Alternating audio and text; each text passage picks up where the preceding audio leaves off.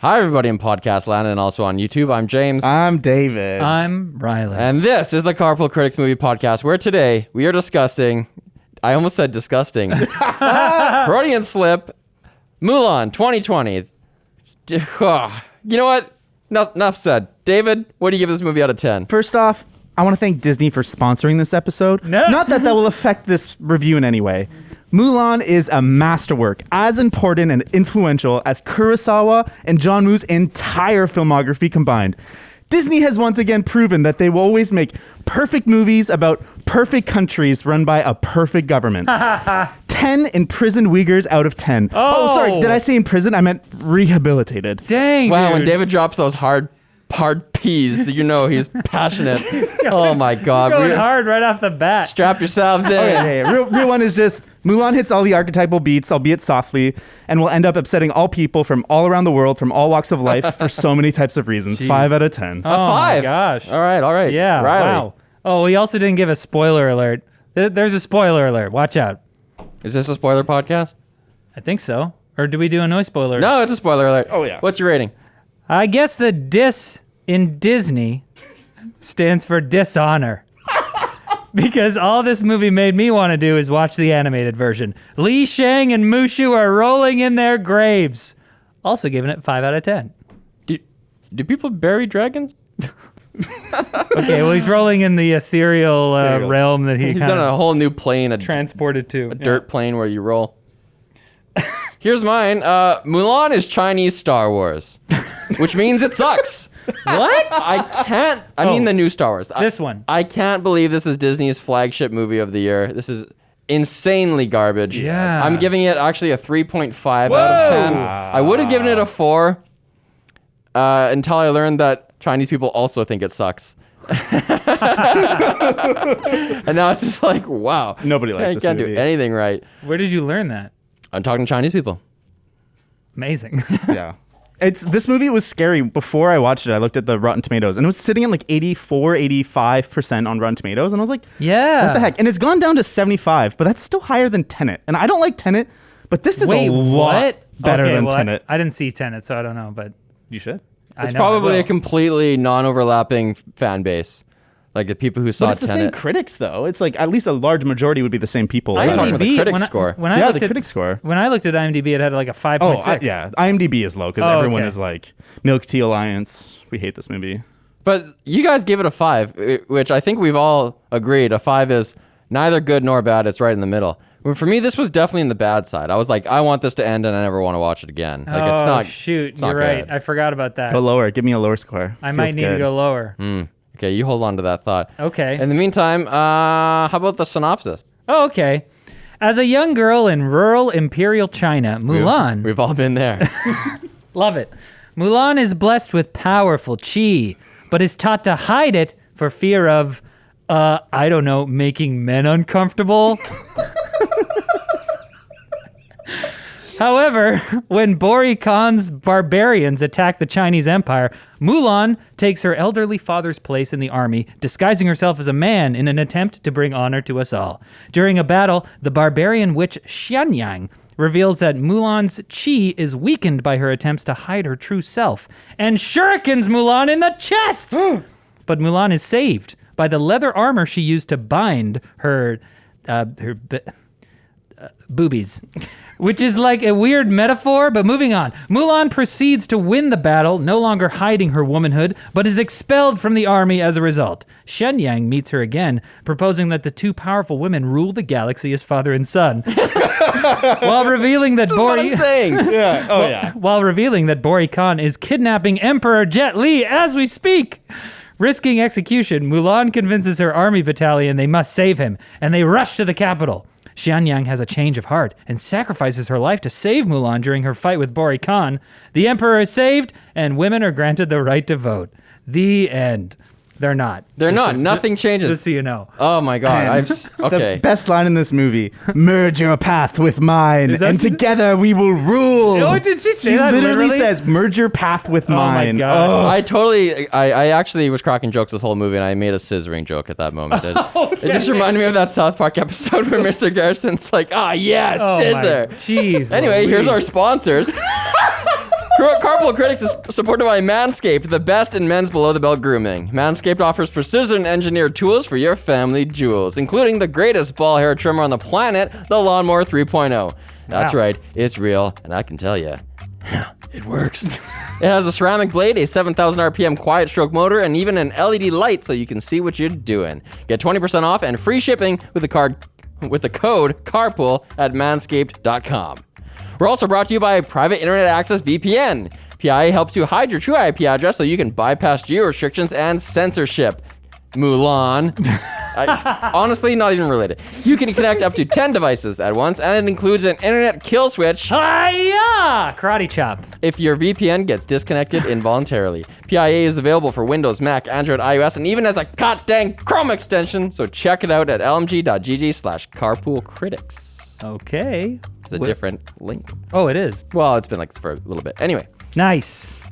I want to just start with, I think, the elephant in the room for me, which is why Mulan sucked the most. And it's not the brutal acting or the awful graphics. Like, those bunnies were brutal. Why? We can talk about this. The bunnies. Why? Worst part. The worst part of it is actually that it's, in my opinion, as a cis-het anatomical male, who happens to have a minor in gender studies, by the way. All you people who said I was an SJW, you were right. It just turns out I did it 12 years before anyone else. Oh, wow. Anyway, He's a hipster SJW. All I'm saying is I actually didn't really think this movie was very feminist. No, it's because opposite. it's brutal. Because she does not have she does not change the world for anyone but her family. And the reason is she has chi. Everyone has chi, I guess, but she's really good on it. She's basically born with privilege, and that privilege allows her to go and save the world. Right. She doesn't even have to hone her skill and get good at it like Luke does with the helmet off. Like the helmet, the blaster thing closed where he's Right. like fighting that little drone. Well, She doesn't. All she does is embrace it. All she does is go, you're right, I do have this power. I should use it. And that would be cool. That would be cool if there was a thing that's like, hey, we all have this. If we just embrace it, we all win. I don't know But we if- don't all have it. Only she has this awesome ability. I don't know if that's 100% true. I mean, there are like training montages. I think you could make the argument that she's not really like quote unquote training in them, but that she's just kind of like learning to. Those I would montages say- are brutal, though, yeah. and they're not even focused And on they're her. undone No. by a later montage of her once she's realized that she has to unlock her chi, and has another montage of her training by herself, finding her ultimate Oh, power. yeah. So that is when she unlocks her ultimate powers, not with the training of the other people. It's her accepting Okay, but herself. regardless, she does train. Yeah, but it's She not does go and that do much. the chi by the pool, by the lake. It looks The point so is, bad. nobody else can follow in her footsteps. When she gets back to her village, she doesn't even liberate her sister. Her sister, what does her sister say? I've been matched! Yeah, yay! Yay! Back to step one! That was such a funny like undercutting of like the main narrative there. Yeah. That like, hey, the Mulan doesn't have to be matched because she's got chi, but you. So like, what did they prove? They proved that if you have this awesome thing you're born with and you kick a lot of ass, then the men around you will go, I believe in Mulan. Yeah, The and- men around you will allow you to use that kick-ass power. And you know what's another funny thing is that like at the end of the movie they add another virtue. Her father's sword, which he uses throughout the film, has 3 virtues on it, and I don't even remember what they are. There's loyalty, truth. True is the last one. Loyalty was Loyalty, definitely one. bravery. Yeah, that sounds Loyalty, right. bravery, and Sure. true. Loyal, Truth. brave, true is what it says. Okay. And so at the end, they add another virtue to it, which is devotion to family, which is like, wait, was that What? the lesson of this whole movie? That like, Yeah. your family's important. Wait, what? Where did that come from? I mean, her initial reason for joining the military is to save her family, or to save her dad from dishonor, I guess. But like, I'd say the movie I is thought that filled with that. the with, like, more pertinent theme to me is like Mulan being a woman and like breaking through these boundaries that her sex has normally been kept down by. Yeah, I think they try to take a hodgepodge approach and kind of have as many themes as possible, kind of as many feminist themes as possible. And it's so confusing how they kind of switch between them. Like when Eagle Lady is confronting her and she's like, your chi is poisoned because you can't accept yourself. Yeah. It's like, wait, Well, that made sense to me. Sort of. They haven't set up that her chi is poisoned because she can't accept herself. I feel like they just kept flip-flopping for like what the point they were trying to make was. Yeah, I guess that moment would have been a lot stronger for the witch to say your chi is poisoning you and holding you back if there were like instances where she had tried to do something and wasn't able to or something. But as it is, like we basically see her completely succeed at everything. The only time that it's shown that her chi is weak is when she's in the matchmaker's house and she catches all those cups and then she drops them all. But that's no fault of her own. That's just the hair, you know? Like that's just the crazy hair. Yeah, and I think it's problematic that the scene with the witch happens the way it does. It's because she's had most of her growth already. Right. And she's kind of already like embraced that she's a warrior. She's taken her hair off. She's like somehow teleported behind the she's like, hey, I'm behind your army now. It was one of the most confusing cuts I've ever seen in a movie. Well, she looks up and she sees them and she's in front of her army that's being destroyed and you're like, oh, this is bad. And the smashing was good, but somehow she's visible and then she appears behind them and you're like, wait, what the fuck? She rides the horse up the mountain like super fast. They don't show that though. They don't show. She just appears you're guessing behind them. here.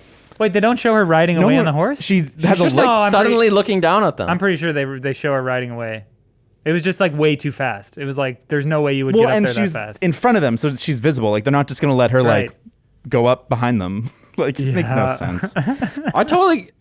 Obviously, I think everyone agrees the witch character, which was totally invented for this iteration, is the best character and the most interesting dynamic in the movie. Wait, I think she was in an iteration of this character was in Mulan 2, I believe. Her name was like Xian Lang or something. Okay. Well, yeah, Xian Yang. They've taken the hawk that was iconic in the original one and transformed it into a witch. But she's so cool because she's like this reflection character. She has like a parallel path, but almost she's taking a different way to get to the same end. I did like that. To me, she was like, she's the bitch CEO. She's like, I'm a woman in a man's world going just like, everybody knows I'm out. Everyone knows I'm a woman. I'm just like using my competence to just blaze my path to the top. But then she isn't allowed to be at the top. She has to be like his right-hand man or whatever. Right. She has to be his like Valkyrie on the side. But he's promising her that the new order that they're going to build, she won't have to be that. She will be able to be like equal, I guess. They have a kind of conversation about that. But then in the end, that's exactly what Mulan gets. She gets to be just an officer. She doesn't get to be at the top either. Yeah, she didn't like prove anything for women in general. She doesn't break the mold in any way. It was just kind of like, you are a special lady. It was one of the worst scenes I think I've ever seen in a movie when she's like, wait, you are leading the army? And then she turns and like becomes a good guy. It just made no sense because Mulan's not leading an army. Oh, right. She like brought 6 people with her to the base. And like, what are they going to do? Was that supposed to be the main... That's what makes her turn around. Is she's like, oh my gosh, like women can succeed in China. Oh my gosh. China is a feminist country. Oh my gosh. Here's what I don't get. If those witches are so feared and powerful, they're so powerful. Yeah. They just win battles. Right. Why do the armies even exist? Why are the men even dominating? Well, there's not like a million witches out there. Like she's like one in a... They're like nukes. It's just like... Yeah, she could take it to a whole town.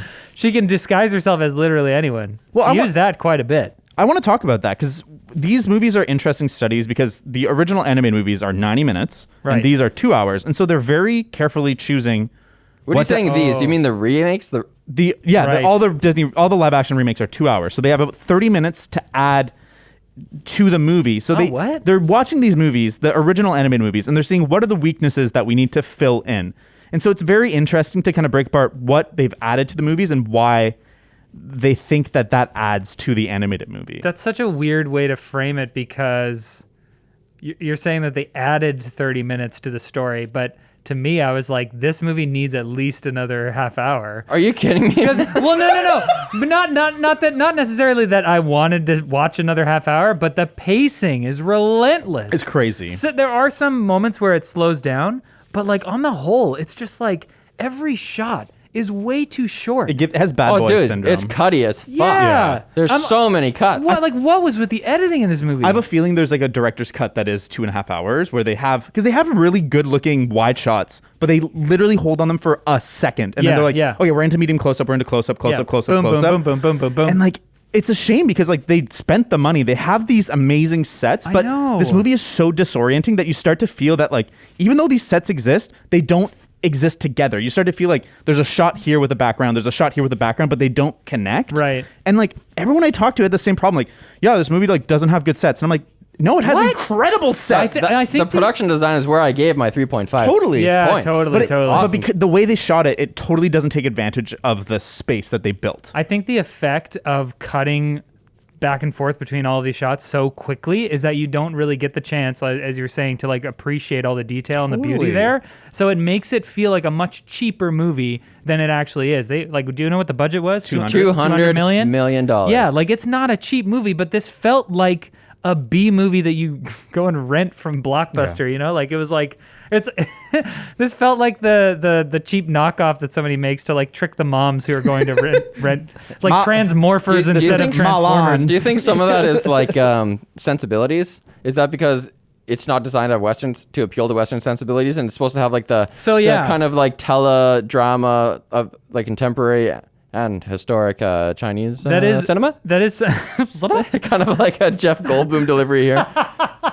that was something that I was thinking about while watching it, because to my sensibilities, I was like, I mean, I think I got pretty early on that like there are some influences of like classic kind of kung fu movies in this, where they're like running up walls and kind of like doing force jumps and stuff. So it's like, and that little hand symbol where like your two fingers are out. Yeah, totally. And she's kicking spears up and then doing a flip in the air and kicking it down so it actually impales somebody.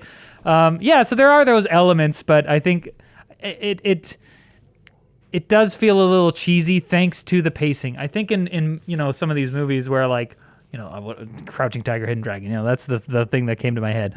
In some of those like, classic kung fu movies or whatever, I think that there's more time. You're given more time with each scene, with each character to kind of like feel the gravity of each situation. But in this one, it's just like boom, boom, boom, boom, boom, and she kicked the guy and she's flying over there. I think this movie is totally poorly directed because like a martial arts movie is supposed to use its best visuals to like heighten its incredible fights. Yeah. But this movie has its best fights in the most boring places. Like one of the better fights is Mulan fighting who will eventually be her future love interest in the camp. And there's no stakes. They're just having fun. They're fighting in the middle of like their camp. It's like, Yeah. And I guess the stakes is that she might reveal her chi. Yeah.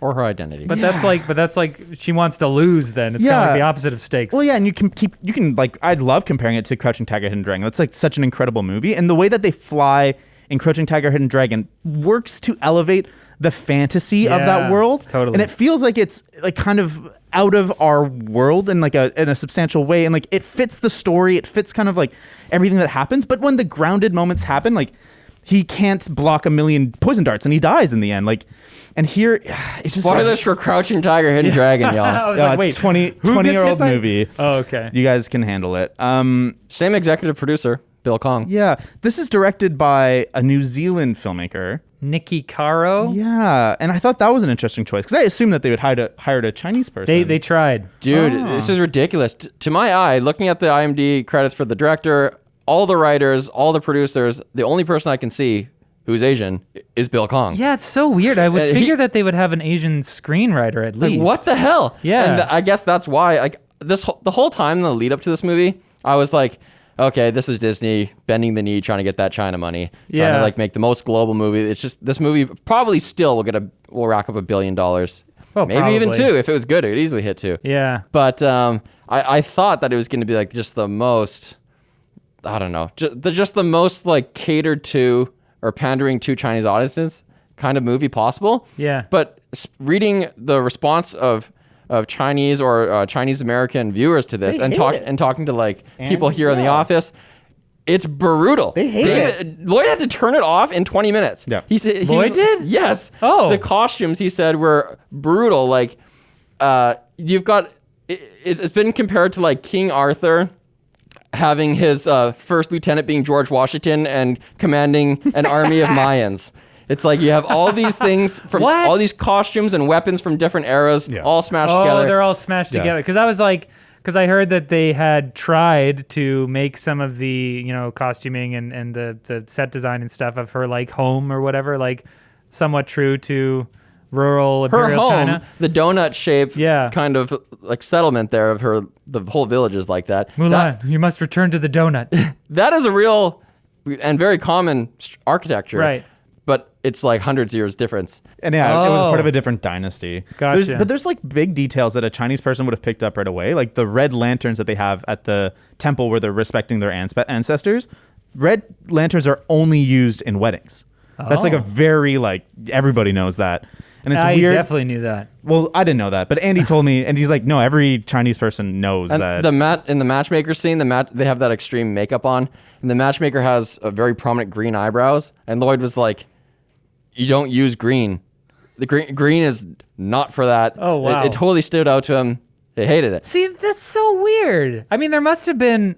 I guess I don't know. I guess How they is that didn't even have, possible? They didn't have like what do you call it? Consultants. They Chinese did consultants. too. They spent weeks in China doing the research. So it's just weird that they failed so deeply. Yeah. What? So Did you guys find it weird that there was a Huawei logo on Mulan's forehead that they painted? was that weird to you guys too? She's sponsored, dude. I mean, yeah. About the director, though, they apparently tried to get Ang Lee first to direct. He's good choice. And then I think they asked somebody else, and I forget who that was. What but did they say? Ang Lee was just busy. I think he would have done it, but he was busy promoting another film. Okay, wait. It's so weird because I am actually against the notion that like only people who are gay can play gay characters, or like the whole Apu thing. Right.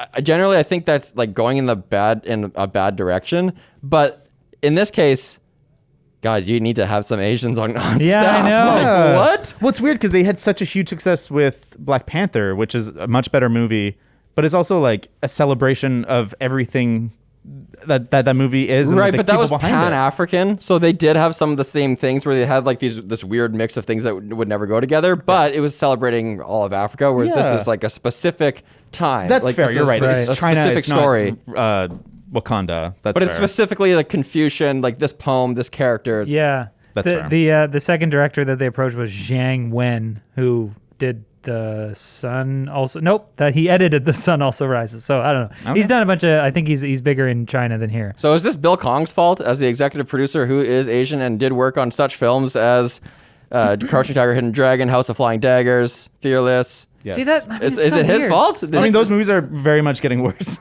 They asked two Chinese directors. Wait, is Ang Lee Chinese? I don't know. They asked two Asian directors to do it, and they both said no. And then they were just like, all right, I guess we'll get Nikki Caro, who did what? She is from New Zealand. They called her acclaimed director Nikki Caro. She's done The Zookeeper's Wife. Ooh, I don't recognize anything else on her IMDb. Other people might just say some things. McFarland. No. Anne with an E. Oh, yeah. She directed one episode. Oh, that's Anne of Green Gables. 40, The Vintner's Luck, North Country. Nope, I don't know. None of I don't. No, I saw recognize any of North. those. Didn't we see North Country? Wasn't that? I think I saw that one. Sure. Whatever. Anyways, oh, that's the one where Charlize Theron made herself ugly. I would say that like the cinematography in this movie, the cinematography in this movie, it ranges from good to confusingly simple or like simply confusing. Like it's weird. One of the first action scenes is are they cons? What are they? What are the Rurons. the Rurons? I'm sorry. I'm definitely saying it wrong, but It's okay. Actually, the movie doesn't even know. Rurons. They Oh, actually they they changed? don't. They say different names. Oh they my call them. goodness. Yeah. So they're running at full force at the first Chinese camp. that and- was historically legitimate. okay. That was anyways. When they continue. run up the wall. No, apparently, but this era, the Sure. Rurons were the nomadic yeah, people. that's why they changed it from the cons. Yeah, is yeah. That wasn't The accurate. Huns. The Huns. Sorry. Yeah. Okay. Anyways, they're attacking. They're attacking, and this is like minor nitpick, but it's middle of the day. They're all wearing black. It's like, why are you wearing black in the middle of the day? That's not helpful. They're But nomads. They don't have wardrobes. It goes with everything. they all have wardrobes. They all change wardrobes like 5 times. But so the important bit, the bit I want to talk about is when they run their horses up to the camp, they do their like matrix dodging arrows, catching them, flipping back, whatever. Yeah, It's all yeah. stupid. But they get to the wall and they start running up the wall and the camera can't. So that means that the camera goes like rotates 90 degrees Okay. on its side and it follows them up. Yes. And I think a better and then it cuts to like a reaction, another reaction, and then it cants again to follow the person jumping over, and it's so disorienting and like not a good way. Like you're not like enjoying this like, oh cool, like he's flipping around. Yeah. It's just like, and it's just, I found every action scene just so tight, so close on everything. It was so hard to get a sense of what was actually happening. Yeah, I don't know why, because sometimes those things can work really well. Like Totally. sometimes those kind of camera moves can really make you be like, whoa, cool. Yeah. But I think maybe because it was so early in the movie, there was no real weight behind it. We didn't know who any of these people are. I think that it's because, especially in particular that movement, they didn't do it in one shot. If it had gone like up the wall, flip, canted, landing on the person the If other way, there's no continuity, you're not impressed. But they keep cutting to flat shots that are like not canted. Yeah. And it's just like, okay, yeah, reaction that's normal. We're halfway canted. We start flipping, reaction, and then back to full canted. And it's just like, why do I care about this shot then? Yeah, I watched a little like YouTube behind the scenes thing to find out how to pronounce Xinjiang. I'm probably still saying it wrong, but they were like, "Oh yeah, it was cool working with all the fight choreographers and stuff," and it was kind of like, I could tell looking at the behind the scenes that like they put a lot of effort into this. They put a lot of thought into the fight choreography and the way it was going to look. But that was interesting to me because I was like, "Oh, it didn't really make an impact on me at all." Some of the later fights, like the hallway fight, where they get to the Imperial capital, they're trying to rescue the Emperor, and they get locked in a hallway. The good guys get locked in a hallway with some bad guys, and then they do some like wall running stuff, and that was some cool set pieces. That was actually right after Cricket, one of the best characters in the movie, who's still underutilized, and overall there's just no comedy in this movie. You mean one of the characters in the movie? Cricket. Anyway, that was the spot where Cricket goes from being like this baby face, like lovable gaff the whole movie to like suddenly he does like this somersault and shoots 2 arrows at once. Like, whoa. Okay, so that is a moment. Silly. That is a moment where I was like, okay, in a different movie, this would be such a cool moment. Yeah. Like it's like character development. He starts out as this kind of like nervous, recruit. We need to show progress. Yeah. Well, that's the thing. That's the pace. I think it's a victim of the pacing. Totally. Because we see a bit of progress. We see them all training, and they all do the archery, and they all miss, but then Cricket makes it. Yeah. And so we're kind of like, he's the archer. And then later in the battle, the other guys are on horses, and he's an archer. And so like we kind of get that progression where we're like, all right, he is good at this thing. And so that moment where he does a crazy somersault and shoots 2 arrows behind his back was in another movie with more time spent on that. Here's what we need. One scene. It would be cool. One scene to achieve all these goals. One scene where she has embraced her chi and teaches it to her friends. Yeah. And then Totally. their competence goes up for these future scenes. And we get a character moment and she's likable. And we know that chi can be taught and we can all rise up together. Yeah. And she's actually changing the world. Yeah. Absolutely. That would be awesome. Love it. See, you're welcome, screenwriting team. Going back to the chi thing, I guess, because when you said that was your main problem with the movie, I was like, I don't know if it's my main problem, but it's definitely a huge problem because one of the things that makes Mulan in the animated movie, which we haven't really talked about at all, in the animated movie, the thing that makes Mulan likable, or at least something that like she has, the quality that you root for in her is her mind, is her intellect, sort of like the way that she differentiates herself from the rest of her battalion or whatever is because she is smart. Like she's a woman, harder, okay, yeah. she's physically weaker or whatever, blah blah blah. But like, and they're all like, women are just for cooking at home and like being beautiful and blah blah blah. And in the song, she's like, what about a woman who speaks her mind? You know, who's got a brain? And so that was like the main thing that made her different. And the thing that bothered me so much in this movie was the training sequence where they have to go up, they have to carry the buckets of water up the mountain. Impossible to iron cross those buckets, Right, by the way. Like 30 pounds. Not a chance any of those kids could do that. Absolutely. In this movie, she achieves the goal by just embracing her chi, I guess, and she just has the power to do that. More and the other guys strength. don't. More strength, more chi. In the animated movie, the task that they're trying, because you haven't seen the animated movie, right, James? I haven't even seen it. Yeah. So in the animated movie, the kind of analog of that training task is that there is an arrow.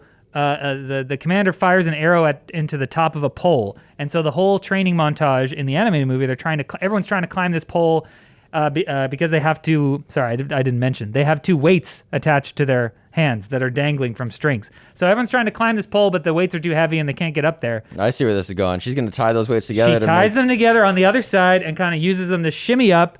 And so she thinks with her brain, that's how she achieves it. And this one is so much worse. It's just measurably, objectively worse. And it's not even, it's less clever. Because who There's hasn't no seen there's no heavy weights cleverness. going upstairs? We've seen that a million times. And it's also like on a base animal level, the reward is really small. Because like without those pails, you can just walk up there. There's no like she's achieving a limit that no one else can. It's just Right. like she's carrying buckets up a mountain. Whereas in the original animated, there's a visual like stimulus and there's like an emotional response just to the visual of her rising above Reaching these the people. top, yeah. And it's so much more rewarding. There's so much more endorphin rush, and it's such a better sequence for so many reasons. It's markedly worse. Her character was completely unlikable in this movie. And again, I think this may be a difference between Western and Eastern sensibilities, but for me, I was like, you are not only is she unrelatable because of her chi thing, her situation is relatable. That's the whole thing. You're like, presumably, lots of girls watching that would be like, yeah, I know that feeling. Yeah. But then her reactions to that situation, they're not authentic. They're just generic. She doesn't say anything. She just sits there and kind of is like, oh man, this is a crap situation to be in. There's no character moments with her. Right. There's nothing where we're like, oh, we kind of get Mulan. We kind of know what her personality is. She's just so flat. I think the way that she acts is consistent with the actress's personality. She's just like, all right, I made my way to the top of the pyramid, but who cares about other people who are being oppressed by systems of oppression? I think it's because we didn't even talk about this. The reason that some people tried to boycott or wanted to, maybe they are boycotting it, is because last summer. Huh? Because of the comment she made. Oh, she made a comment last summer, right, about Yifei Liu is her name, and she made a comment in support of the Hong Kong police, or I don't want to say against the protesters, but it was in support of the Hong Kong police. So people were like, it makes sense in the movie that she'd be like, hey, I made it to the top, sweet. The rest of the women, you figure it out, you know? Yeah, I think the movie just spends so much time trying to build their character, but they don't. Like that teapot scene, I think is like, in the screenwriter's mind, very essential to getting us to understand Mulan, where it's like, okay, she's trying to do her best, but she's just like a little bit off. So like she wants to stop the spider, but like instead of saying anything, she's just going to put a teapot on it. And when the person asks to remove the teapot, she won't say anything because she's just like trying to be obedient, but she's not obedient. And then she can use her magic skill and catch. But Such a weird moment. It was such a weird choice. And like, why didn't you just say? Why didn't you just say? Why didn't you say, hey, there's a spider on the I'm table? sorry. Like, I know it's disrespectful, Excuse me. There's a spider on the table. Silence! Yeah. It's dumb. It's such... I mean, I think maybe they did that because it was an analog of the animated movie where she has a pet... She's given a lucky cricket, and so she brings that into the matchmaker scene, and the cricket kind of goes crazy and jumps into the matchmaker's dress and stuff, and she's like, oh, trying to... Wait, is that what happens? Yep. I don't remember what Well, that happens. makes more sense because then she would be trying to protect this animal. Right. And stop the mischief. But the spider, just it put doesn't make any the sense. plate over it and squish it, whatever. You know Plus, what? that spider looked so bad. Holy Yeah. cow. It looked pretty fake. All How the are these CG. people making Infinity War and Star Wars, and then they make... Yeah. So I think that there is definitely an element of like plus 10 to CG in theaters where they have control of exactly how you're going to see it, exactly how you're going to experience it. And as soon as it leaves theater and it's on your screen, every CG looks cheaper. Like it's almost inevitable. Even the best CG starts to look a little artificial. I don't know about that because I watched this on my brand new 65-inch TV and it still looked bad. That's what I'm saying. Wait, but it looked good. Wait. No, I'm just saying CG in particular, especially, I find like, because Avatar, like it was only like a year after. As soon as you watch it on a TV, the magic's gone. Like Infinity War, you watch it on a TV. I saw Infinity War the first time on a TV. It's not as good as in the theater for the CG. It's Maybe like it's good. because when you but see it in the theater, it's cutting edge. That's the state of the art. that's part of it. But I definitely think that it's just like seeing. I know that's not true because Edge of Tomorrow, we watched it in theaters, and I've seen it on my TV like 5 times. CG's good on my TV. In the theater, it was extraordinary. Right. And it was like, oh yeah, theaters are different, and like just the it's a amount of different control. experience. Totally, and the control they have about how you're going to process this screen and how you're going to see it, how big things are going to be, what the lighting amount's going to be. Right. Totally changes how that CG looks. I want to say this one more time that I think the movie suffered in that regard as well, just due to the not only the pacing, but also the fact that I think that Disney kind of shot themselves in the foot by trying to emulate some of these kung fu movies. I think the fact that people are flying through the air and it's kind of got that sort of, because those movies do have like kind of cheesy elements, right? It's like, okay, yeah, right, like that would happen, but it's like kind of makes for a fun, silly battle moment. It looks silly sometimes. if the environment, if the feeling isn't there, and I think they just don't have the gravity, the emotional weight to some of these things that makes those flying through the air goofy moments okay. Or they just compromised on it because like they didn't satisfy Western sensibilities. Because like for example, there's a spot where someone has like these two really long drapes and they like throw them and like knock That's some chi, people out of dude. the air with these. It's like those are massless curtains. That's chi. You can't smash this guy around with this like such a low weight I don't item. know. That's However, that's a trope. You know what's an interesting thing that Lloyd said? He said that he didn't think it was Chinese enough. In that, in Chinese cinema, the action, it's almost like Bollywood level. Like, it's so fantastical and ridiculous. Oh. Like, the way people... So over the top. It's over the top, and they didn't go there, so they're just satisfying nobody. Dang. Man, they try to walk a middle line. Who's this movie for, I man? know. Like, It's very strange. Is it for kids? Well, there's a lot of violence, not a lot of funny bits, and it's 2 hours long, so I would say no. Is it for... It's definitely not for me. I think it's for people who saw the movie as a kid. And are watching it now. But see, No, that's it's like the weird offensive thing, to is who that- aren't Chinese, who didn't like the original, who also aren't Western. It's for nobody. Absolutely. I think that they tried to make it more sort of like a more modern take, a kind of a gritty reboot. It's not really dark per se, but like a gritty reboot of Mulan. But it's Disney, so they kind of like half-assed it. I think that as a big fan of the animated film, I love the original animated Mulan. I sing the songs all the time on the way to work. I'm a big fan of it, and honestly, watching this, a big part of my experience was just noticing how much of the good stuff from the first Mulan was missing. Yeah. Like I'm like, where is because especially in an animated film, those songs serve to add so much emotion and weight to certain things that happen in the movie. And character depth, because you And- got such yeah. an information density. Right, it's basically someone singing for like taking 5 minutes and just giving you a deep dive into their character. And we don't have that in this movie, and so I don't feel connected to anybody. Having not seen it, are there like really important narratives that are just missing in this Not movie? really. They replace Mushu, who's like a talking Eddie Murphy dragon. No, I with- mean narratives though. Like for example, I saw someone on Reddit saying, "Hey, I was gay, and as a kid watching this, and she's singing this song about not recognizing herself in the mirror." Right. Like that was just like Disney's most LGBT message ever, and then that's absent in this movie. And I know that another LGBTQ plus icon was Li Shang, the commander in the original animated movie. He's a man, and Mulan is supposed to be a man, but they kind of like develop a relationship anyways. And so he's kind of like a gay icon because that relationship is kind of coded as gay until she reveals herself anyways, you know? Yeah, they totally could have done that in this movie, and maybe they would have if because Disney's going that way. Like in Onward, there was the police officer was gay. She was a side character, but she was lesbian, right? It seems like Disney's going that way, and eventually they're gonna have like a Right. gay main character or something like that. They're definitely not going to have it in a movie trying to appease China. Exactly. But do you think they would have if they weren't trying to appease China so much? Because this is the perfect movie to have those threads, those narrative threads. Where like maybe her love interest dude, they could have forged a relationship, and then he finds out she's a girl, and he's Yeah. just like he's a bi character or something like that. I did kind of get a similar vibe from Hong Hui, Oh, yeah. who is like her buddy in the battalion that she has to fight with. Like there was kind of like when he kind of came up to her to have that one-on-one the first time, I was kind of like, oh, is he a thing? Yeah, he definitely pursues her with the fervor of Yeah. someone romantically enticed. Yeah.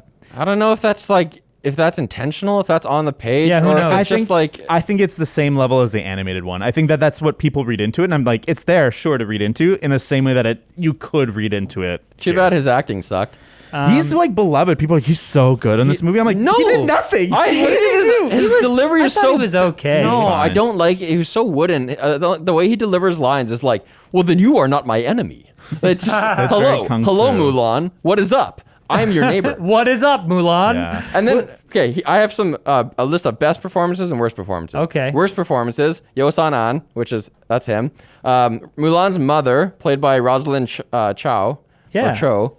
She's been in a bunch of stuff. Yeah, she's brutal in this movie. Oh God, I hated her. Yeah, she's not too good. And Jet Li, the Emperor. I didn't even know that was Jet No Li. idea. I didn't either. And I was just watching this, and like another friend on the couch was at the same time. We're like, that guy's a bad actor. And then it turned out it was Jet Li. I was, oh man. Jet Li always has been a bad actor. He's just been a sweet action He star. was like using this gravitas voice. Well, it was so weird. stupid. So like, yeah, I saw his name come up in the credits, and I was like, "What? He's in this movie?" And I looked it up, and I'm like, "The Emperor." Oh, also, the Emperor freaking sucks in this movie. The Emperor is such a good character in the first Mulan. He's like a friendly grandpa.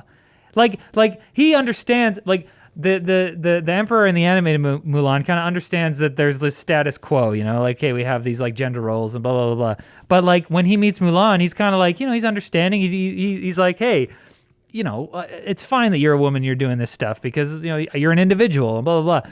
But we get that warmth from him. In this one, it's just like, I don't even care about the Emperor. They're like, we have to save the Emperor. I'm like, screw that guy. He seems like a dick. I think that's just his performance, though. I don't even think that's the writing. It's just that the way they animated the original He does, Emperor. but he's like, oh, I will kill him like I killed his father. Or, blah, they will never get us. Does he go and do a one-on-one duel with them too?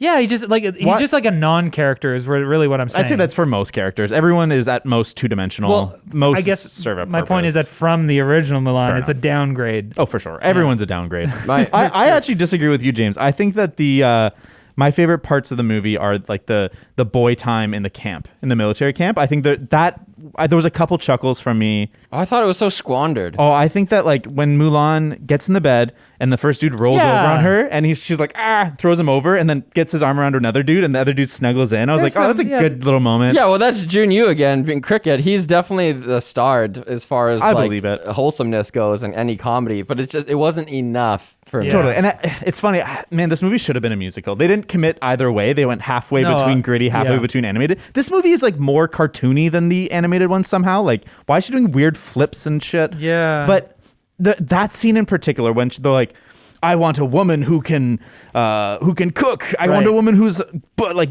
got good bosoms. Yeah. It felt like they were gonna Great break bosoms. They were gonna break out in song, and I'm like, the movie would be so much better if they just It would like be It would be So sweet much if it had better. like a comedic tone, like Parasite. totally. It's kind of just like goofier, Yeah. like you can slap someone on the head and stuff like that. Yeah. That would have been great. Oh yeah, no, definitely. Another thing I hated about the tone of this movie is all the action scenes. The sound effect is like 90s Hong Kong action flick. Like anytime Donnie Yen whips his hands around, it's like.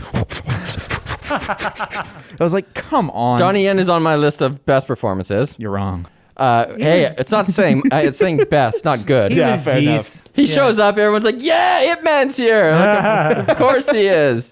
But I think the best performance in this movie was probably Sima, That's the Mulan's dad? father. Yeah, Yes. for sure. He's from The Farewell. He's also, I recognize him from Arrival. Yeah. He's Yeah, he's been in a bunch of Western movies. yeah. He's a very he's a good good actor. actor. Yeah, And he brings a lot of warmth to it. Yes. And I think that those family dynamics work. And when he gets upset at her and it's like, I'm the father, you're like, he is the father, but he still loves her. yeah. I wrote down that I do like that he has a deeper relationship with Mulan. In this one, we kind of see him having these one-on-one talks with her. In the first one, he kind of has like he sits down and talks to her for like 5 seconds before the Yeah. whole like inciting incident happens. But in Yeah. this one, we get a little bit of backstory on Mulan as a kid, and we see that he has that relationship with her. He knows that she has the chi, and he reluctantly tells her to hide it. So it's Yeah. like there's a bit more understanding there, and I liked that. I hated the scene though when Mulan is realizing just how weak her father is when he's like holding the sword and it's shaky. Because Yeah. I think there's a really missed opportunity for like some beautiful visuals. Like have him like trying to do his pattern outside, like lit by the moonlight. Have him all in silhouette or something. Like have like a gorgeous visual. But instead it's just a medium close up on him holding the sword, and it's like Yeah, we It's don't just- have time for that. the movie is so bad at visual storytelling, and it's upsetting. Also, her father, nice guy, great actor, way larger than Mulan, and she somehow is able to take this guy's armor. No, I don't like it. No, Just fits her perfectly. Come on. the Chinese designed it to fit all body sizes. Do you know what really upsets me about the armor in this movie? It's flawless. It's never been worn. It's like His armor? all the armor. Oh, There's no yeah, one that yeah. looks like they've been to war. There's Oh, no one that that's looks like they've been true. fighting. And it just goes to serve to make this movie feel so childish and silly, where like these are warriors. These are people that have been to battle. Like their armor should tell a story, and instead it's just like, oh yeah, they produced 10,000 of those for this shot. That's a and great ugh. point. I think that's a huge contributor to me feeling like this is like a cheap B action movie or Totally. whatever. It's just like all this stuff just looks like it rolled out of a 3D printer. Yeah. 2 seconds ago. Totally. I like the scars on Roran. Boycott? Boycott, Yeah, that's it. the bad guy. Yeah, his scarring was good. I thought that the practical effects for the hawk were really bad. When there's a scene where she grabs his neck and her hand is half transformed. Yeah. It looked so bad. It looked like C-movie garbage. That's just her hands, man. It's half hawk talons. That's the actress's hands. It's half hawk talons. No, she has half hawk talons. I liked her face makeup. That's why she was cast. It's okay. I hate that they put superheroes in this movie. It's so upsetting. I love and what like for your all voice the did reasons there. you said, where it totally diminishes the feminist message, which is also like when she goes back to the camp, she can't do it without the help of men, and it's like, come on, just can. Wait, what? So can't when she do? goes back and she wants to help, she goes to Donnie Yen and she's like, I have a secret for you, or like I know where they're going. And Wait, what? She won't believe him. Donnie Yen won't believe her until a man steps in and is like, you should believe her. That's the Me Too moment in the movie. Yeah. There's all of her little her cadre there is all like, I like Mulan. I believe Mulan. I'm going with Mulan. Yeah. And that is, to me, that was a bold face like, I believe women. Right. I think that it was less important that he took her at her word right away than it was important that kind of she changed the whole landscape there for a second. Okay. I don't know. I'm not saying I liked it. I'm just saying that You're that's, defending it though. that's how I read it. Well, I don't. I gave it. I will change my score to a 4 because there are parts that I enjoyed. There's the funny parts in the training montage. Some of the fight sequences are kind of cool, but yeah, no, I will admit that there are decent parts. Yeah, it hits all the Star Wars beats really shittily, but like it's the archetype story, solar hero. Why? This really upset me. So they're taking the solar hero journey. So she has to have a symbolic death, and like there's a real problem with the fact that her tool to hide her womanhood is what saved her. Yeah. Hey, I mentioned that in my synopsis. Yeah. Like the metaphor is problematic. Yeah. Because what does that mean? Yeah. It should have been like the Phoenix Medallion. Totally, or something. Yeah, I think it was more. I think what they were going for more is that the shuriken destroyed the facade. Like the shuriken destroyed the thing that was holding her back, which was her trying to conceal her true self. And the perspective of that bird lady villain, whose name I won't even attempt. Xinjiang. She is almost, you could say, purposefully shattering Maybe. because that's the outcome of that scene. Man, this is a charitable way to look at this scene. Yeah, it's for very sure. charitable. Sure. There's so much stupid stuff. Like when she first approaches, she's in her crow swarm version, and it's like, wait, no, she's trying to make peace with Mulan. Why would she like do this attack first? She's in her what version? Her crow swarm. Oh, When she finally I gets... thought those were bats. Are they bats? No, they're small birds, I They're think. small I think they're birds. birds. When she gets killed, she's in her hawk form and takes one right to the breast. And I'm like, man, you should have been in swarm form then. It's so stupid. Would've been fine. They've set the power level so high that like even like the old people that are like not really in train can catch arrows and shit. Yeah. And a mystical witch, jumps in front of an arrow that's like got like 500 feet to save another mystical witch. But It's so upsetting. It's so stupid that she just throws herself in front of it. Instead, she should be like, Mulan. or throw her magic drapes out and knock it. It's such an artificial drama to be like, yeah, she had to die in this moment. It definitely felt weird that she's so powerful and that's how she died. Yeah, like so stupid. whoops, one arrow. Yeah, we've seen a million people like block arrows. Yeah, like, exactly. Come on. And the emperor has the most chi because he's the emperor and family is important. You know what's interesting? Lloyd told me that in '98, when he watched this movie with his parents, the most like upsetting, jaw-dropping moment of the animated movie for his parents was when the emperor bowed to Mulan. Oh.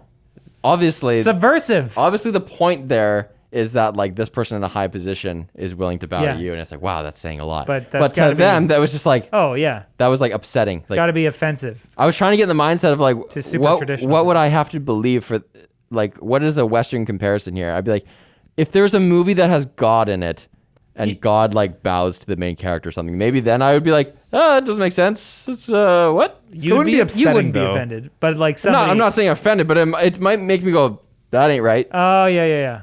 Yeah. Like, why would?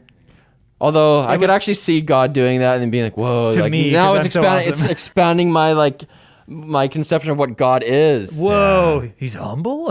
I think that kind of leads into talking about how this movie is carefully crafted in cooperation of the Chinese government. So if you play the credits of this movie, they thank 14 different organizations of the Chinese government, and 4 of them are very much specifically propaganda arms of the Chinese government. Oh, jeez. And are arms that are used to cover up the mass incarceration of the Uyghur Muslims. Gotcha. And they chose very specifically to shoot in the Xinjiang province where they are incarcerated. And so there's a really big problem with this movie that they chose very specifically to shoot where they are and normalize what's going on in that province and still just present this like flawless version of China. I feel this movie is very afraid of criticizing anything Chinese. The one government it is official, a criticism of a part of ancient Chinese culture. a little bit, but like by the end, like the emperor, who's like the leader, is like, yo, we don't need that. And like almost instantly, there's never a moment where he's like, Mulan can't do this. As soon as he sees her, he's like, she's cool. It's cool, man. Yeah. And I almost like, I appreciate where the animated movie leaves off, like where it ends. Like it ends with her basically in the capital. They just won. And he's like, oh, I'm honoring you because you did a good thing. And it doesn't really enter into the conversation about like what happens afterwards. But in this one, we see her go back to her village. And strangely, as we've said, it kind of reinforces the same status quo with her sister being matched or whatever. And, you know, Mulan is this special woman who has chi, and not everyone has chi. So that's why she was able to achieve things, you know? But, like, yeah, it doesn't really say anything about the whole broader, you know, context of, like, gender relations and stuff. I think that's a good scene. That's kind of an example of what I was talking about, that they very specifically add a scene for what they perceive as a weakness. They perceive that the end of Mulan is a weakness, that you don't get that reconciliation with her family, and so they very intentionally wrote an extra scene to fit in that 30 minutes they have. And so, like, do you think that was a good choice to reconcile with the family? Like, I feel like it might have been okay if they didn't have the guards come back and be like, okay, you said no to the Imperial Guard, but look, we made you a fancy sword. What about now? yeah. And then they leave it again, but they leave it. It's like they could have just left it the first time, being like, oh, I'm going home. And then she goes home, reconciles with her family, and that's it. She said no. But then they come back again, and they ask her again if she wants to join. And then it's like, oh, will she? And then, like, the movie extends 5 minutes after. She's like, no again. They just flash forward. She's 30 years old, has 6 cats, no kids. Man, loving life. What do you guys think of that shot at the end when she gets the Emperor's sword and everything's like awesome? It's like the Mulan, like everything's good, and the matchmaker like freaks out. Like, does she hate Mulan so much that any success in Mulan's life makes her like faint? Because the matchmaker screams and like falls down. Oh, I thought it was like Euphoria. I thought she was like, I can't wait to match this eligible bachelorette. What? I did not get that. That's I definitely not got what that shot was. I don't know. I watched it a couple days ago. I don't even remember anymore. Definitely not. No, it was more like, oh no, and it's just like, Yeah, she's really, like, you hate her? "No." You haven't seen her for like a year. Well, I think the matchmaker kind of represents this kind of like stifling tradition, right? So it's like, I think she doesn't want to see women come out of rise above their place or whatever. Fair enough. She's just kind of like, no. A bunch of minor nitpicks that really bothered me, probably more than they should. But David's list of major, minor nitpicks. I got nitpicks. Let's go. So early on in the movie, when they first get to the camp, they're like, everybody get in the shower, but we need someone on guard duty. Thank goodness. Yeah, and great. That's fine. How convenient. But when she's doing guard duty, she's in a watchtower, and there's a roof, but it's not quite far enough.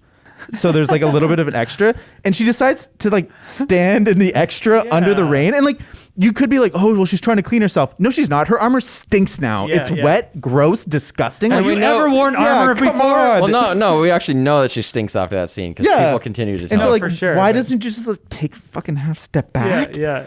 Come on. Honestly, I thought that too. I'm like, oh, she's taking a shower, but then her clothes are all wet now, and she's not changing. Yeah. Speaking of the joke of the stinking, I thought the joke was fine. It happens a couple times. Everyone's like, you stink. But one of the first times when who will be her boyfriend later is like, you stink. She goes down, and the actor doesn't move. She just kind of does like a quiet look down. But they added a huge like. It's so clearly not her doing it. But they like kids won't get what she's doing. We need to add a sound effect. Oh my! Yeah. Stinky. Oh, it's funny. Oh. Maybe the editors didn't like the actor either. They want to make it worse. The other thing that really bothered me is when the Chinese army is facing down the bandits, I guess I'll call them. Rurans. The Rurans. Barbarians. Their tactical choice is so stupid. This is one of my nitpicks. Why would you stand in the middle of a field where everything is inclining towards you when cavalry is charging at you? You want to be at the top of a hill so that they lose their advantage. Hey, but you want to move first so the other guy's in your control. That's what he said. Let's move to the bottom of That's what the commander said. It's a terrible spot in the middle of nothing. It's not like you can back in and corner them. I don't know. Maybe I just played too many tactical video games or something. But that really was this is stupid. It's like they just want the visual. Sense. Everybody knows you want the higher ground. Yeah. So my nitpick about the tactics was in that battle when Mulan returns, the tactics change because. Wait, what? Oh, the witch turns into the bird swarm and starts attacking the soldiers. So then the soldiers do this kind of Roman phalanx thing where they put all their shields up in distinct groups. There are a bunch of different groups of people, soldiers is holding their shields up. And so at that point, the Rurans bring out a trebuchet.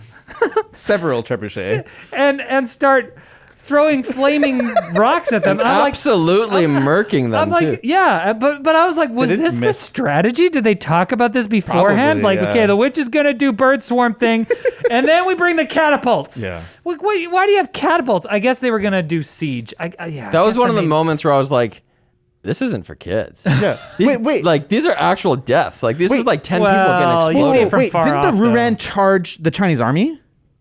Or is that a different fight?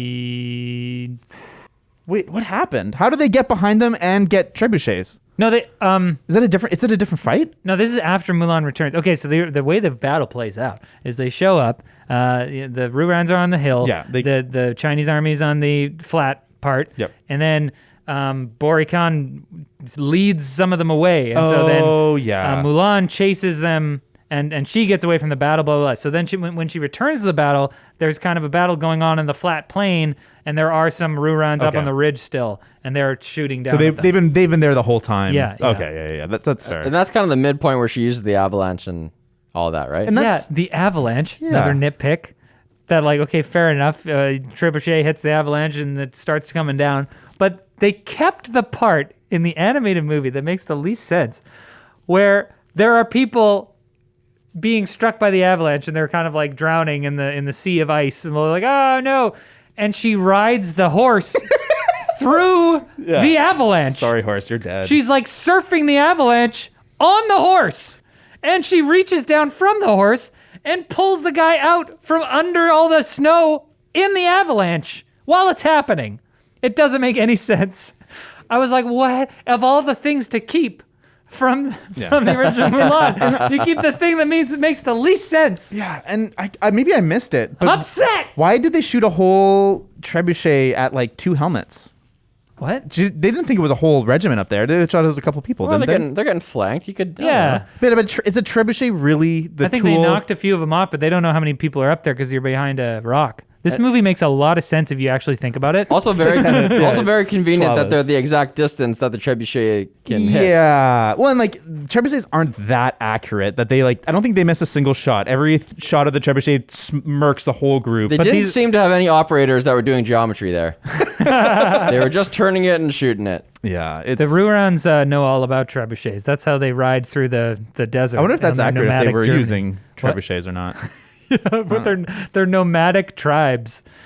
They just keep trebuchets with them. They bring it with them. They're like, we can't carry gold. That's ridiculous. I thought they were successful because they were That's such a cavalry great and point. they were very mobile and they could real flank life, you. exactly. Yeah. And they showed could up. shoot arrows off of horses, which was an incredible skill. I guess they built trebuchets for this particular battle and this one only. They invested all their skill points into engineering.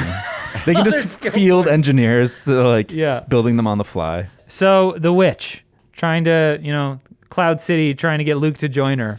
And in that moment, it's so weird because I was rooting the way that the witch kind of gives her backstory. I was rooting for her because she's like, hey, I was an outcast, people people didn't treat me right. They shunned me. They tried to kill me. Blah blah blah. Because I'm different. They call me a bitch after meetings, but I'm the CEO. Yeah, they tried to kill me. And so this is me. The reason we're doing this is because we want to build a new order where it's more egalitarian. Like this doesn't happen to women. We want that to happen. So I'm like, 100%. I'm with you. Like go take down the emperor. Seems like kind of a dick anyway. He's got this weird deep voice. It's a fake deep voice. Take him down. And in that scene, Mulan is like, wait, I think she says, does she say I know my place?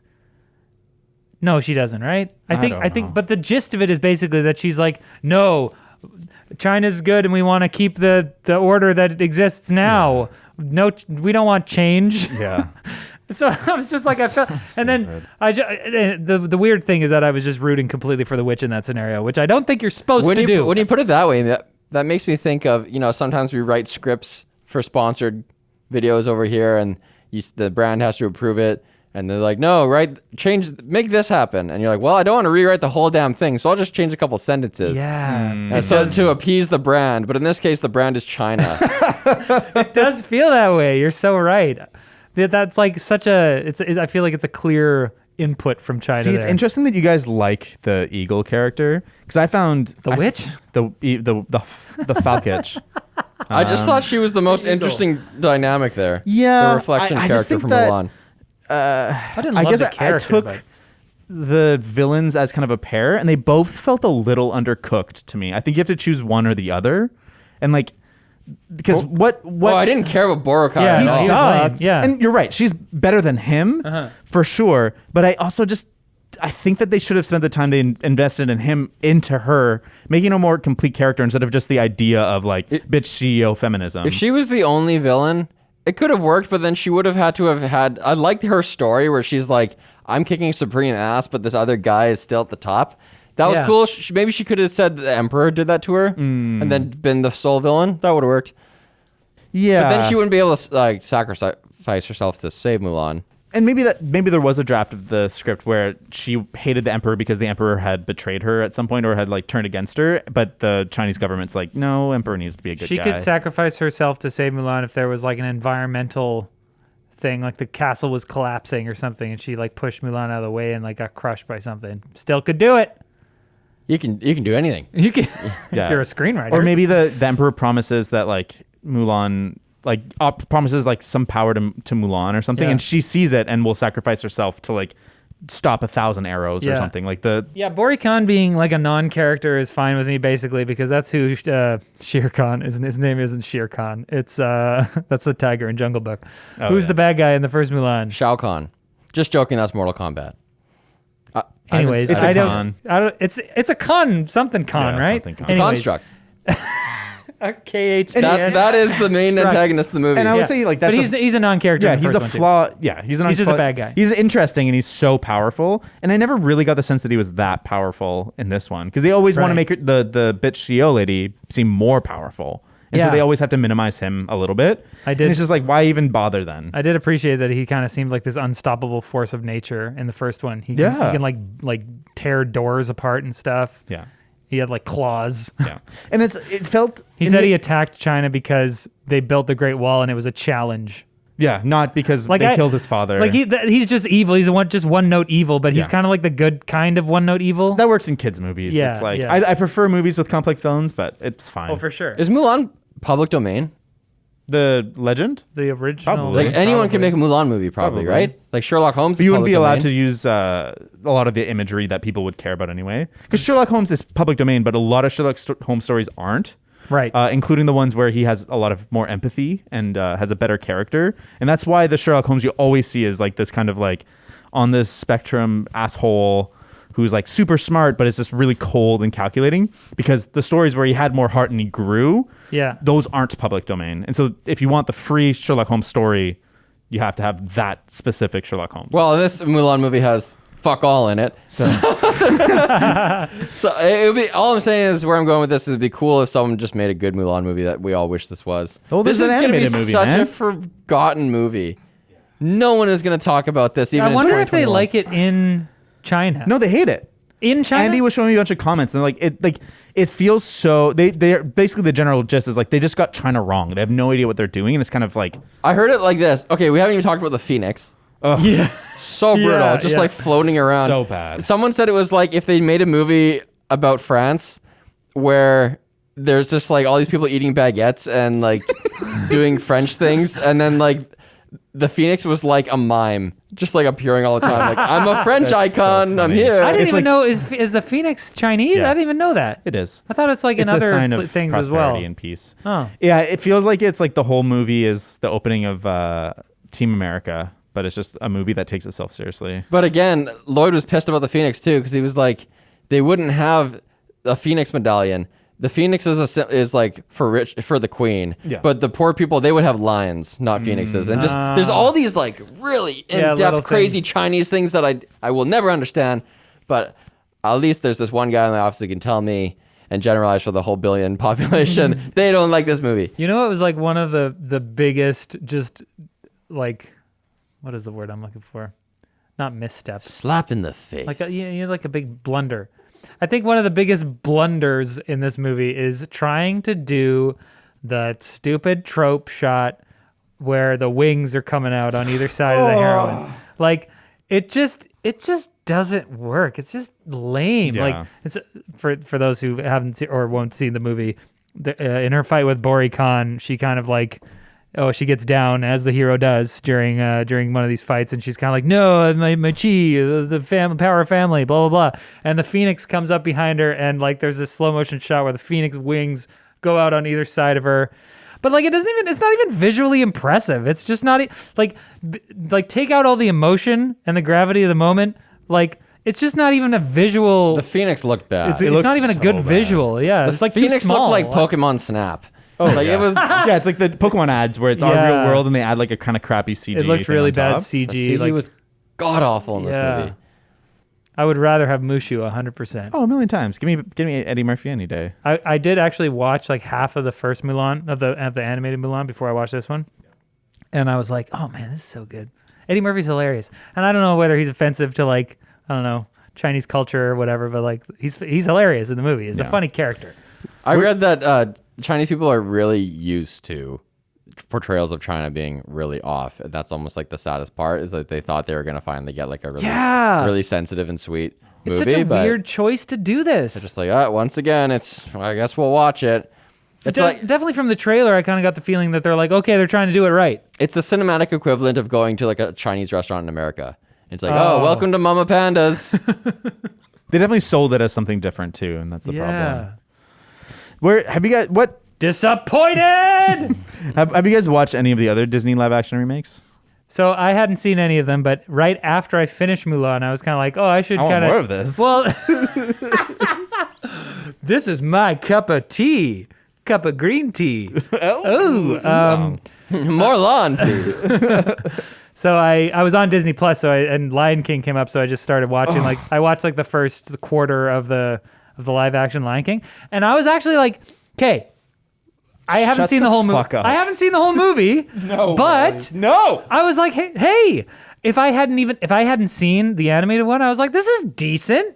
Like it's fine. It's a shot for shot remake. It's a shot for shot, which is dumb. I think it is just objectively worse because the whole point of animated, especially when all animal movie, is that you can have exaggerated expressions. For sure. But then with like a photorealistic movie that's all CG, it's like, do you make the lion face look like a real lion face and therefore have no human emotions? Yeah. Or do you exaggerate it, but then it doesn't look real anymore, so they have to make a choice. So it's like, it's just inferior to animation. You're not making it better, so why are you making it at all? Yeah. They should have done like a Pixar style animated thing where it's like Stylized. stylized 3D, because like sure you can redo some of these movies, they're not perfect.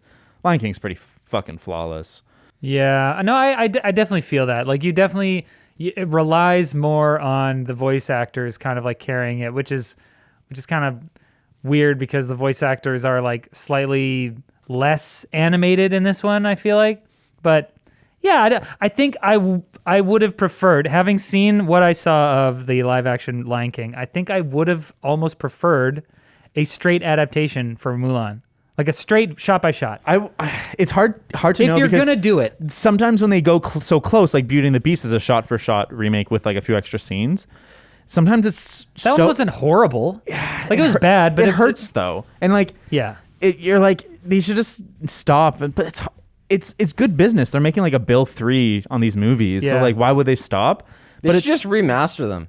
Just like when you get the original StarCraft with better graphics now in 4K. They should just do that. Well, that's essentially what this is. It's basically a remaster. Not this. No, this one's No, different. Not sorry. like Beauty, this. Beauty and the Beast. Beauty and the Beast and Is- Lion King are essentially like remasters. I mean, like they're not the same actors or whatever, but it's the exact same story. I'm just saying they should, like old Simpsons episodes versus new Simpsons episodes, how you can just tell it's drawn differently. It's all digital now and Yeah. it's like really sharp. Yeah. I just do that.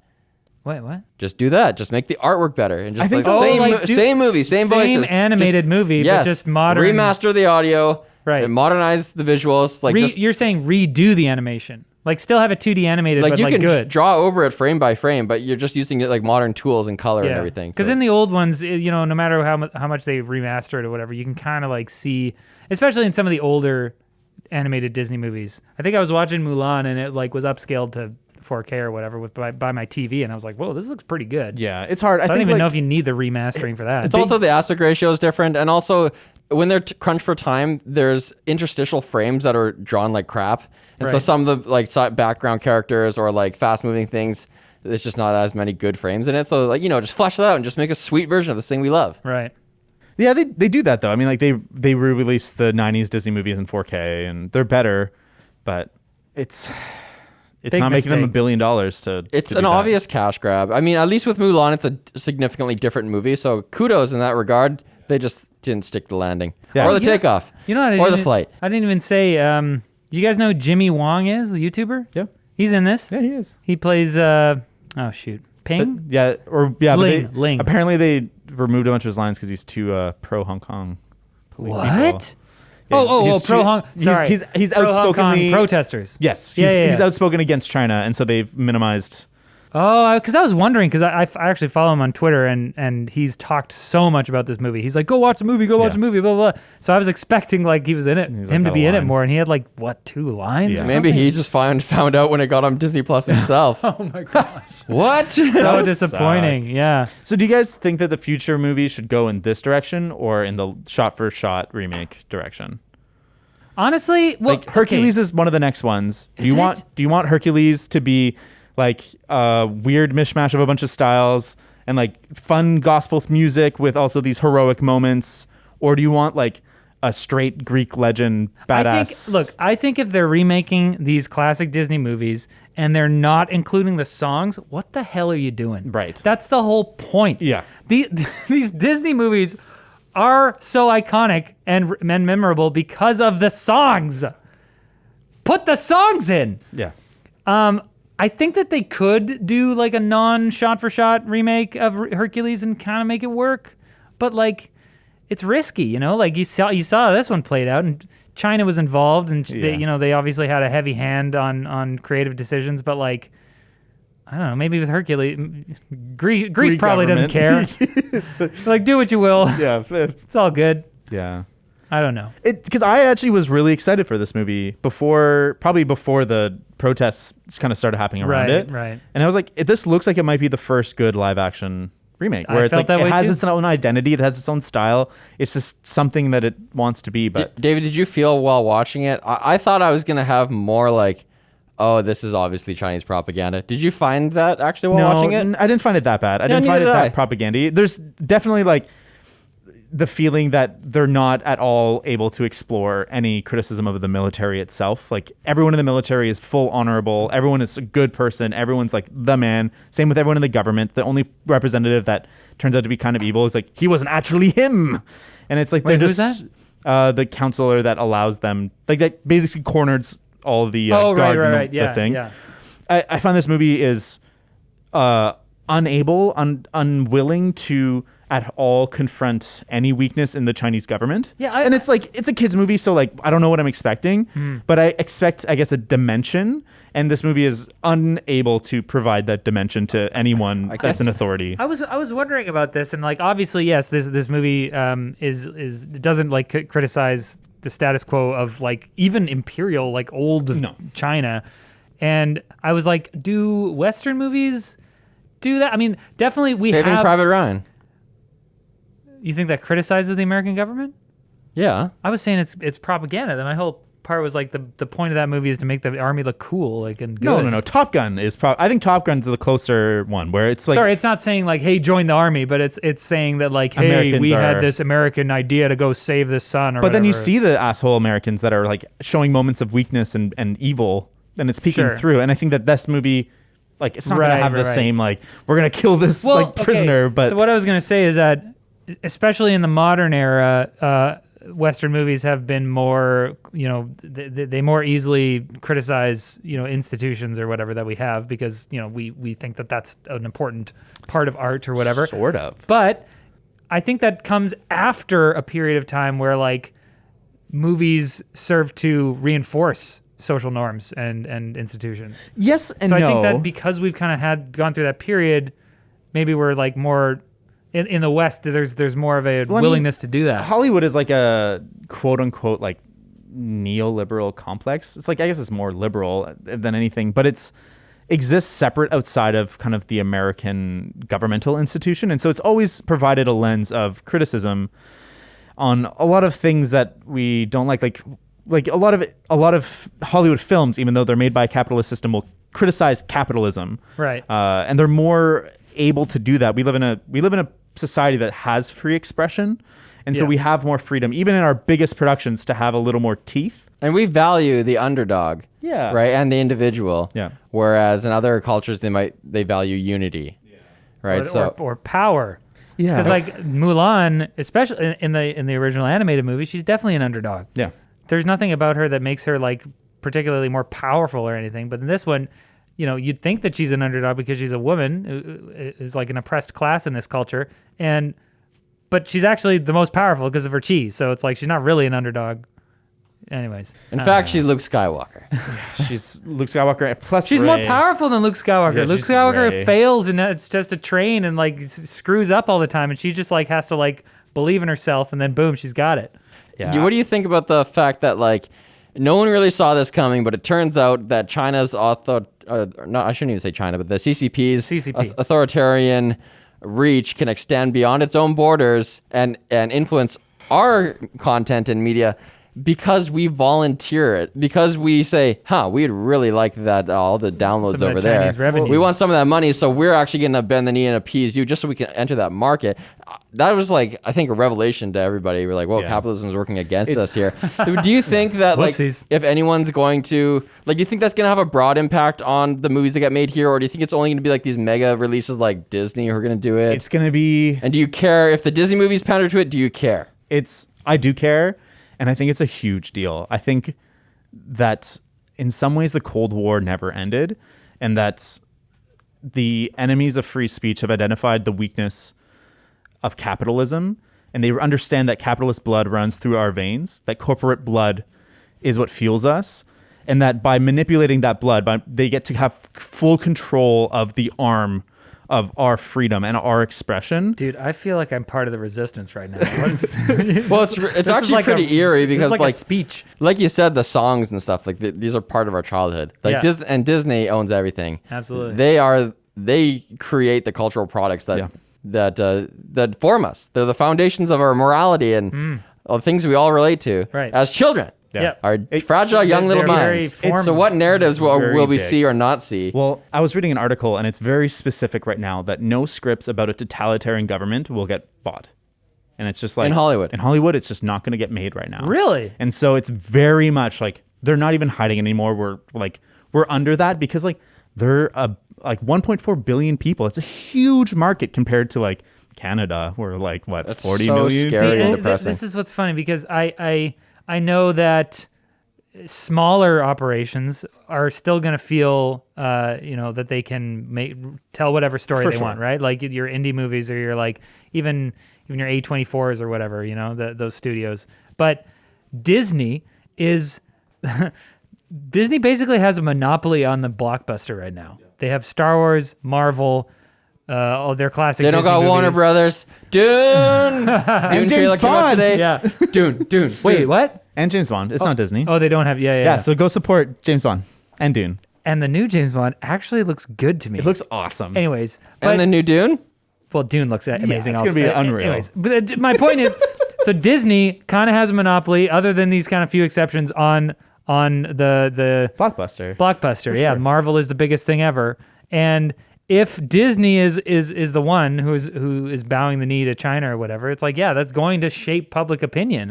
I think that's hugely dangerous. What's the worst thing about this movie is that it's not bending the knee. It's actively going out of your way to cooperate with tyranny. And that's what's most upsetting about this. Well, Is that like that's why everyone's so upset about the fact that they have the thank you this region where there's concentration camps. Thank you so much. Yeah, and it's just like if they were just omitting making content, if they were just choosing to make very like whatever fluff content, you'd be like, whatever, it's Disney, who cares? But the fact that they're actively going out of the way to let us know that like this is the future, that pro-China, like content that's crafted for China is the future, even though they've utterly failed. It's hard because the only alternative to this is to just not do business with China, which is really not an option for a world in which we have created like global transnationalist organizations that just like that operate all over the place. You can't just say, all right, we're going to operate everywhere except the biggest market. Totally. Like, we're not going to do it. Yeah. And it's a problem that So, our like, ultimate value is money, and that nothing else matters if there's money. The only way that it's going to change is if we decide that India's the next baby. They're a democracy. Well, yeah, There's a billion India's people great. there. That's what Love we ya. decide. Love you, India. I love India. They banned like over 100 Chinese apps. They're having their own little like trade war with them right now. And we should be clear, we're not against China, Yeah, we're yeah, against yeah. the CCP. Right. You're speaking for me. I'll speak for myself. We want to be. I have nothing against Chinese people. I think we're China's a speaking- beautiful country. Yes. We're The speaking for all of us. Chinese when we Communist say, Party is a tyrannical organization that has oppressed billions of people and needs to be stopped. needs another. I actually have been talking a lot with my friends about like, so we seriously need to boycott China, like in terms of their products and everything like that. I'm so gung ho until I'm like, oh, I'm gonna buy anything, and then because you can't. Yeah. Oh, I want to buy cheap cables. everything. I want to buy this ball for my kid to play with. Yeah. I want to buy. Even Apple, who like is so proud about them like manufacturing things in the U.S. and in California, like so many of their components in like an iPhone, like half of your iPhone comes from China. Buy used, everybody. You can buy. I think it's justifiable. You can buy Chinese products if they're used because it still slows Sure. down the machine, Yeah, fair enough. and that's zero waste and very pro environment. So that's where It's I'm definitely starting. better. I think it's scary because like we are numbed by the mass amount of stuff we consume and we just don't think about it that often. But ultimately, like it's a war of culture, and we've lost because we're not willing to We haven't lost use yet. our dollar. We Well, have. how I don't much- think what can we do? How much money did we give to Disney for this movie? $35 Okay, so hold on. I want to know though. So you bought it on your Disney Plus, and I watched yours. So Yeah. I didn't give them anything. What did you do? I bought it on Disney Plus. So we gave them $60. on top gave- of our subscriptions. we gave Disney $60, but I think the That's a signal that it's okay. The operating principle in my mind here was that we watch the movie and bash it so that they don't get as much revenue. Well, Don't totally. go watch this movie. Do not go watch this movie. We took a didn't- bullet for you. We didn't want to watch it. The arrow. And like one of the things was that we'd have to be able to criticize the CCP.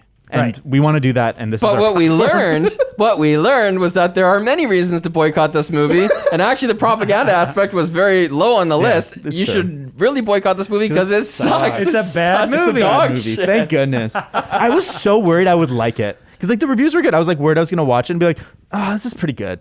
No, it sucks. I was definitely. You were worried you would like it. Yes. I hope Yeah. China hates it. I hope everybody in China's like, this movie sucks and it tanks to the box They like office. ban it from the country. But there's so many people though that even if it tanks, it's like still It doesn't gonna matter. do well. So Well, it's interesting. I think what's most interesting to me is that what I do want to succeed in this movie is this home streaming model. I want movies to be available for me to just watch at home. Right.